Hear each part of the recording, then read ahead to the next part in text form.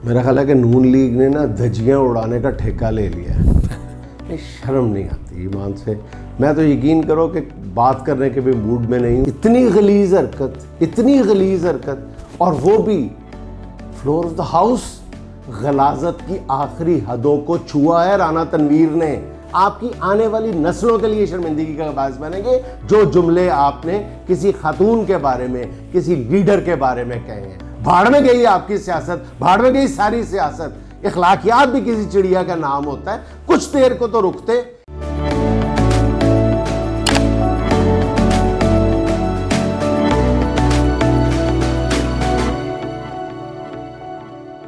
Sir सियासत को तो छोड़ें, आज जो पार्लियामेंट में राना तनवीर साहब ने इखलाकियत की धज्जियाँ उड़ाई हैं उसके ऊपर तो कुछ बताएं। मेरा ख्याल है कि नून लीग ने ना धज्जियाँ उड़ाने का ठेका ले लिया है। कभी इखलाकियात की, कभी सियासियात की, कभी माशियात की, कभी माशरत की। तो ये फ़ैसला कर लिया नून लीग ने कि इलेक्शन तो होने नहीं देना, इलेक्शन तो जीता नहीं जाना। धज्जियाँ खेलते हैं, धज्जियाँ उड़ाओ, धज्जियाँ उड़वा लो। ये शर्म नहीं आती ईमान से। मैं तो यकीन करो कि बात करने के भी मूड में नहीं हूँ और मैं बड़ी अपनी एनर्जी को इकट्ठा करके तो इस मौजू पे बात करने लगा हूँ। वो भी आपने इसरार किया है कि जी इस पे ज़रूर बात की जानी चाहिए, वरना सच्ची बात बताऊँ कैसे मेरा बिल्कुल दिल नहीं कर रहा कि मैं राना तनवीर की इस गलाजत पे कुछ भी लबकुशाई करूँ। मेरा दिल नहीं चाह रहा। इतनी बुरी बात, इतनी गलीज हरकत और वो भी फ्लोर ऑफ द हाउस। यार हम बचपन से आज तक जब से हमने सियासत में दिलचस्पी लेना शुरू की है तो हम फ्लोर ऑफ द हाउस के ऐवान के तकद्दुस के किस्से सुना करते थे। नवाबज़ादा नसरुल्लाह मरहूम के बारे में मैंने सुना हुआ था कि उन्होंने कहा कि एक सवाल पूछा गया तो उन्होंने कहा कि इस सवाल का जवाब मैं ऐवान के अंदर नहीं दे सकता, मैं बाहर जाके आपसे बात करूँगा। तो उन्होंने कहा जी यहाँ पर आप क्यों नहीं दे सकते?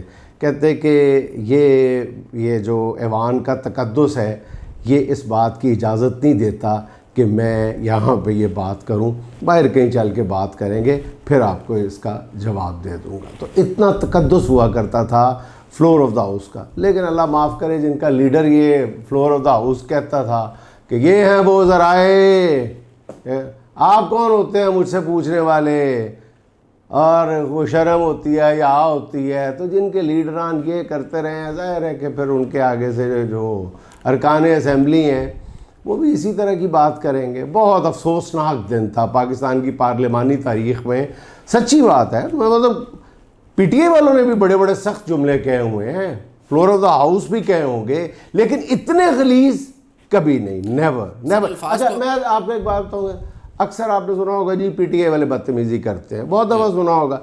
अच्छा बदतमीज़ी वो शुमार की जाती है जो लीडर करता है, जो अरकान असम्बली करते हैं, और वो भी अगर जलसे में करते हैं तो कुछ कवर कर लिया जाता है कि जी जलसे में कहा है ना, कोई वैसे तो प्रेस कॉन्फ्रेंस में तो नहीं कहा या फ्लोर ऑफ द हाउस तो नहीं कहा। तो ये तो फ्लोर ऑफ द हाउस कहा है और नून लीग के एक इंतहाई सीनियर लीडर ने ये बात की है और नॉर्मल बात नहीं की। गलाजत की आखिरी हदों को छुआ है राना तनवीर ने। उस राना तनवीर ने, सबसे ज़्यादा अफसोस की बात यह है कि उस राना तनवीर ने इतनी गलीज बातें की हैं कि जो खुद एक बेटी का बाप है, अकलौती बेटी का बाप है, एक लम्हे के लिए वो ये सोच लेते राना तनवीर साहब कि वो अगर उनकी बेटी के बारे में फ्लोर ऑफ द हाउस तो छोड़ें, किसी ड्राइंग रूम में बैठ के इस बात का अशरे अशीर भी 1000वां हिस्सा भी कहा जाता तो उनके दिल पे कितनी छुरियां चलती। जो उन्होंने इंतहाई ढिठाई और बेशर्मी के साथ ऐवान में खड़े होकर बातें की हैं। अपने एक एक लफ्ज़ पे गौर कीजिएगा। ये सारे लफ्ज़, ये सारे जुमले राना साहब आपको हॉन्ट करेंगे ज़िंदगी भर के लिए। ये आपके सीने पे कोई तमगे या मेडल बन के नहीं जगमगाएंगे, ये आपके लिए शर्मिंदगी का बायस बनेंगे, आपकी आने वाली नस्लों के लिए शर्मिंदगी का बायस बनेंगे जो जुमले आपने किसी खातून के बारे में, किसी लीडर के बारे में कहे हैं। उस लीडर के बारे में कहे हैं जो इस वक्त पाकिस्तान के 70% अवाम के दिलों की धड़कन बना हुआ है, उसके बारे में आपने ये जुमले कहे हैं। भाड़ में गई आपकी सियासत, भाड़ में गई सारी सियासत। इखलाकियात भी किसी चिड़िया का नाम होता है। कुछ देर को तो रुकते, एक लम्हे के लिए तो तवक्कुफ करते, फिर आपके जो मुंह में आता आप कह देते। एक लम्हे को सोचते तो सही। आपने नवाज शरीफ की, शहबाज शरीफ की और अपने वो पीछे बैठे हुए सियालकोटी ख्वाजे की खुशनुदी के लिए हर हद से गुजर जाना मुनासिब समझा। आपने कहा कि यार आपको तो वैसे टिकट मिल जानी है, आपको क्या ज़रूरत पड़ी हुई है। और आप सोचते तो सही कि आप इतने सख्त जुमले बोल रहे हैं, अल्लाह का वास्ता इतने सख्त जुमले बोल गए। किसी ने जो आपसे कहलवा रहे थे वो जुमले, उन्होंने भी शायद इतने सख्त जुमले ना बोलने हो। आपको टिकट चाहिए थी, टिकट तो मिलनी थी आपको। किसको खुश करना चाह रहे थे आप?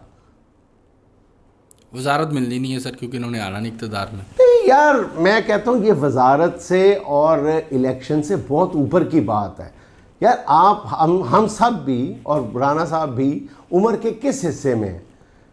या तो ना आपने माजी में बड़ी कोई नेक नामी कमाई हो और बड़ी आप पर जनाब अली आप कोई आपका कहा हुआ जो है वो सनद समझा जाए कि जी राना तनवीर। और राना साहब आपके बारे में शेखुपुरा का बच्चा जानता है।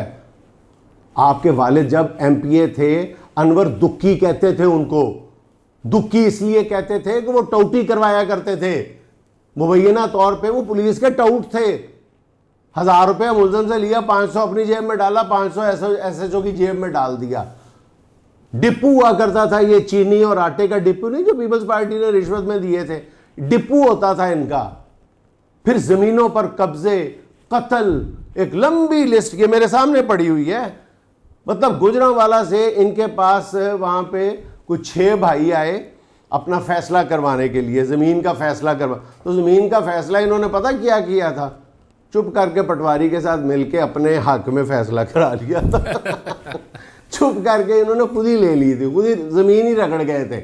और बाद में जब ज़रा कोई शोर मचा तो फिर इन्होंने अपना एक पुराना ऑपरेटर हुआ करता था, 1985 से इनके साथ था, इनके साथ काम करता था, फिर 1 एकड़ उसके नाम कर दी और बाकी जो 6 एकड़ थी इन्होंने अपने भाई जाहिद के नाम कर दी थी।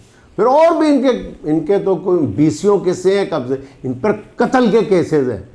और कत्ल की तरीका वारदात यही होता है जो होता है हमारे यहाँ गाँव देहात में कि जी एक पार्टी को सपोर्ट किया जाता है और फिर उनको बैक किया जाता है। कोई PTI के 2-3 लोगों को इन्होंने कत्ल करवाया हो मुबैना तौर पे, भटियावाला में। हाँ, भटियावाला में। फिर इनके साथ जहाँ पर इनका डेरा है वहाँ पे इन्होंने ऐसी हरकतें की थी कि करीब ज़मीन पे कब्जा कर लिया था इन्होंने बाद में।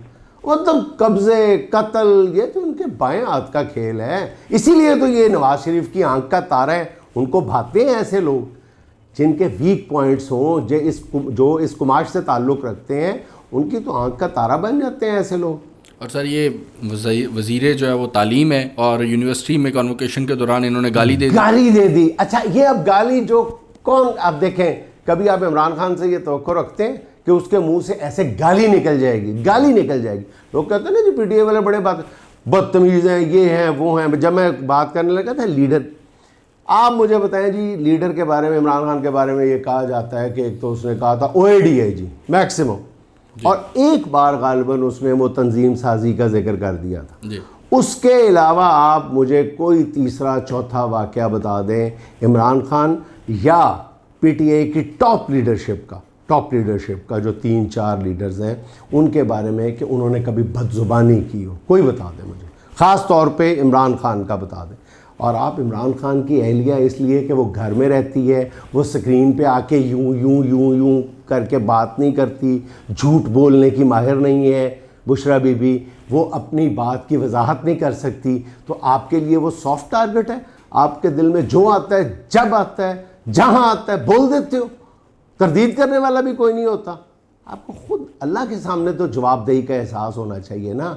कितने साल रह गए, किस उम्र में हम सारे हैं, कितने साल रह गए अल्लाह के सामने हम सब ने पेश होना है। अपने इन अल्फाज का, अपने इन गालियों का, अपनी इन करतूतों का किसी को हिसाब नहीं देना हमने। और लम्हे भर को तो सोच लो यार। तो मुझे लगता है ये पैनिक हो के सारी इस तरह की एग्जैक्टली ये पैनिक हो हुए हैं। बिल्कुल आपने ठीक डायग्नोज किया। ये सब लोग पैनिक हुए हैं और बुरी तरह पैनिक हुए हैं। ख्वाजा साद रफीक से आप ये तवक्को रखते थे कि वो हर दूसरे दिन पहले दिन से ज़्यादा तल्ख बयान दे देंगे।